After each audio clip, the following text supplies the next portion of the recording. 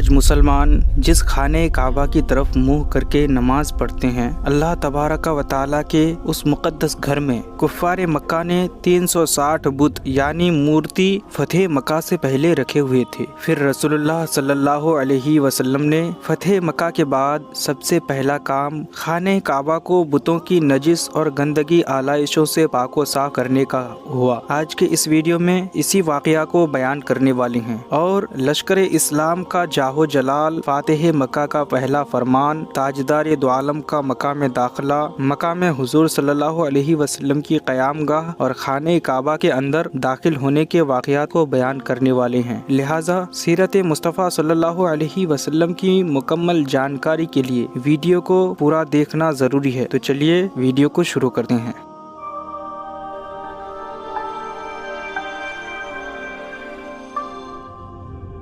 لشکر اسلام کا جاہ و جلال۔ مجاہدین اسلام کا لشکر جب مکہ کی طرف بڑھا تو حضور صلی اللہ علیہ وسلم نے حضرت عباس رضی اللہ عنہ سے فرمایا کہ آپ ابو سفیان کو کسی ایسے مقام پر کھڑا کر دیں کہ یہ افواج الہی کا جلال اپنی آنکھوں سے دیکھ لے۔ چنانچہ جہاں راستہ کچھ تنگ تھا، ایک بلند جگہ پر حضرت عباس رضی اللہ عنہ نے ابو سفیان کو کھڑا کر دیا۔ تھوڑی دیر کے بعد اسلامی لشکر سمندر کی موجوں کی طرح امنڈتا ہوا روانہ ہوا اور قبائل عرب کی فوجیں ہتھیار سج سج کر یکے بعد دیگر ابو سفیان کے سامنے سے گزرنے لگی۔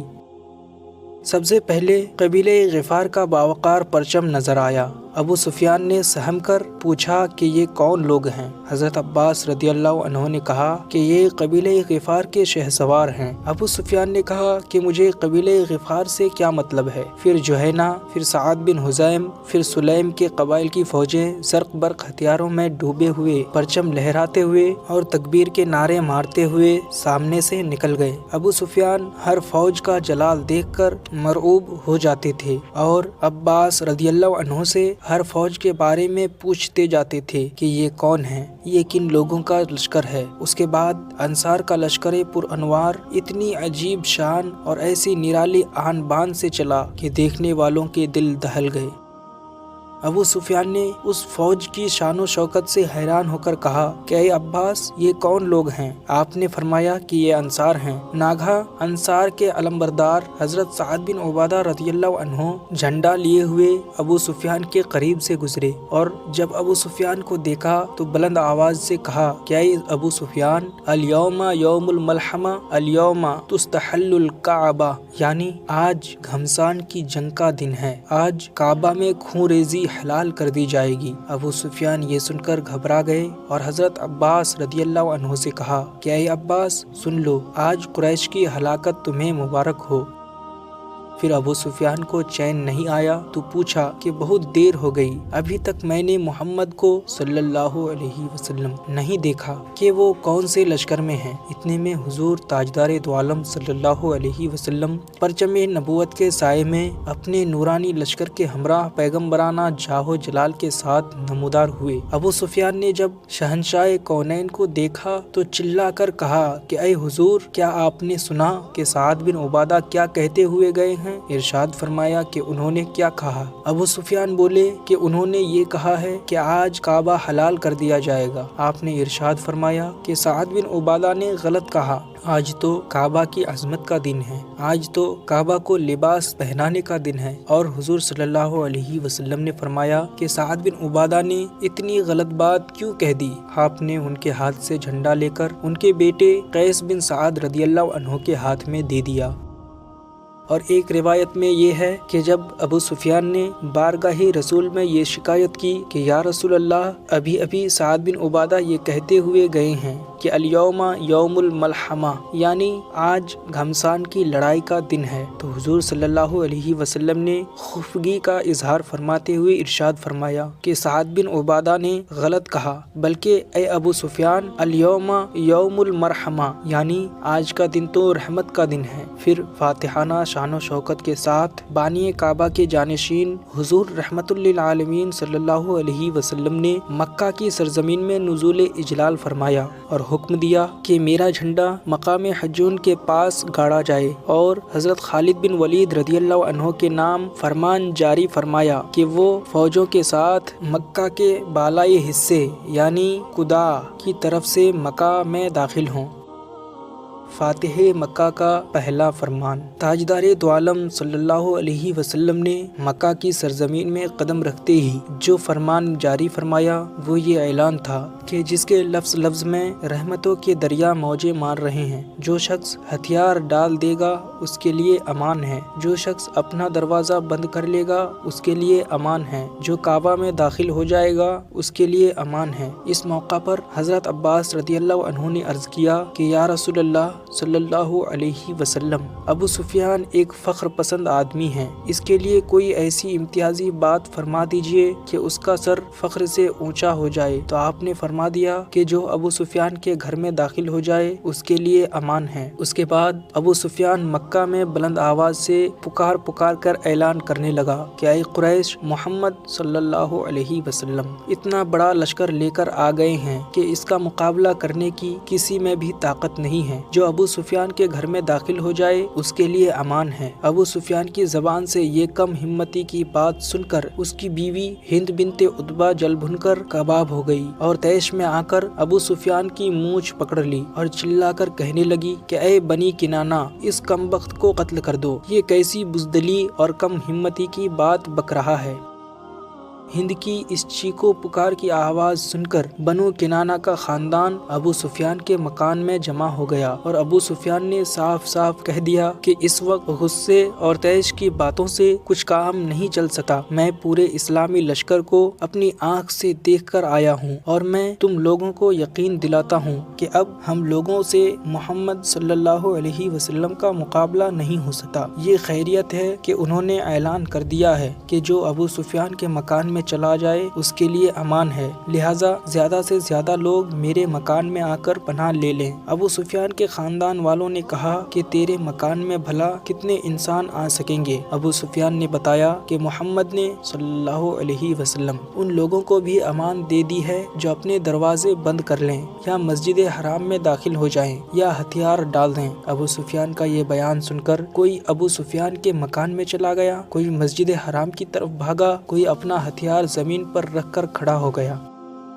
حضور صلی اللہ علیہ وسلم کے اس اعلان رحمت نشان یعنی مکمل امن و امان کا فرمان جاری کر دینے کے بعد ایک قطرہ خون بہنے کا کوئی امکان ہی نہیں تھا، لیکن اکرمہ بن ابو جہل، صفوان بن امیہ، سہیل بن عمرو اور جماش بن قیس نے مقام خندمہ میں مختلف قبائل کے اوباش کو جمع کیا تھا۔ ان لوگوں نے حضرت خالد بن ولید رضی اللہ عنہ کی فوج سے دو آدمیوں حضرت قرز بن جابر فہری اور حضرت حبیش بن اشعری رضی اللہ عنہما کو شہید کر دیا اور اسلامی لشکر پر تیر برسانا شروع کر دیا۔ بخاری شریف کی روایت میں انہی دو حضرات کی شہادت کا ذکر ہے، مگر زرقانی وغیرہ کتابوں سے پتہ چلتا ہے کہ 3 صحابہ کرام کو کفار قریش نے قتل کر دیا، 2 وہ جو اوپر ذکر کیے گئے اور ایک حضرت سلمہ ابن المیلہ رضی اللہ عنہ، اور 12 یا 13 کفار بھی مارے گئے اور باقی میدان چھوڑ کر بھاگ نکلے۔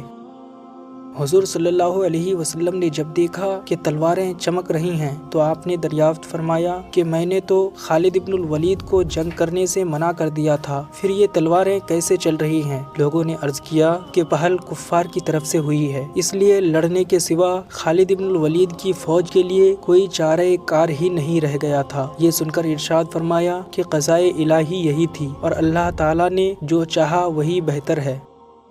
تاجدار دو عالم صلی اللہ علیہ وسلم کا مکہ میں داخلہ۔ حضور صلی اللہ علیہ وسلم جب فاتحانہ حیثیت سے مکہ میں داخل ہونے لگے تو آپ اپنی اونٹنی قصوہ پر سوار تھے اور ایک سیاہ رنگ کا امامہ باندھے ہوئے تھے، اور بخاری شریف میں ہے کہ آپ کے سر پر مغفر تھا۔ آپ کے ایک جانب حضرت ابوبکر صدیق اور دوسری جانب اسید بن حضیر رضی اللہ عنہما تھے، اور آپ کے چاروں طرف جوش میں بھرا ہوا اور ہتھیاروں میں ڈوبا